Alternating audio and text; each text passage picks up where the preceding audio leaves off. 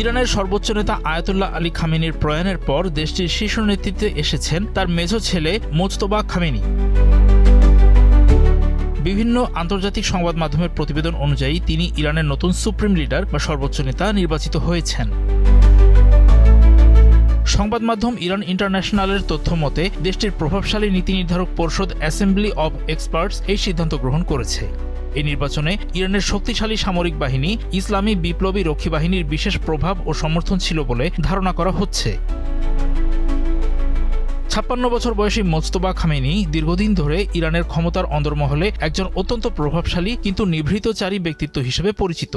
১৯৬৯ সালে মাশহাদে জন্ম নেওয়া মোজতবা বেড়ে উঠেছেন ইসলামী বিপ্লবের উত্তাল সময়ে। তিনি তেহরানের অভিজাত আলাভি হাই স্কুল থেকে শিক্ষা শেষে তেহরান ও কুমের ধর্মীয় বিদ্যাপীঠে উচ্চতর পাঠ গ্রহণ করেন। প্রথাগতভাবে তিনি একজন উচ্চপদস্থ আয়াতুল্লাহ পদবীধারী নন, তিনি একজন মধ্যম সারির আলেম। তবে ক্ষমতার কেন্দ্রে বাবার লম্বা সময় অবস্থান করায় তার রাজনৈতিক প্রভাব অনেক।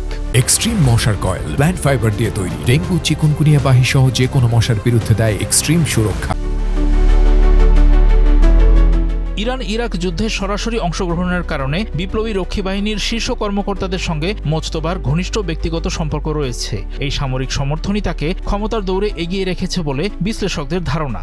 নির্বাচনী রাজনীতি ও নিরাপত্তা অভিযানের ভূমিকার অভিযোগে ২০১৯ সালে তার উপর নিষেধাজ্ঞা আরোপ করে মার্কিন যুক্তরাষ্ট্র।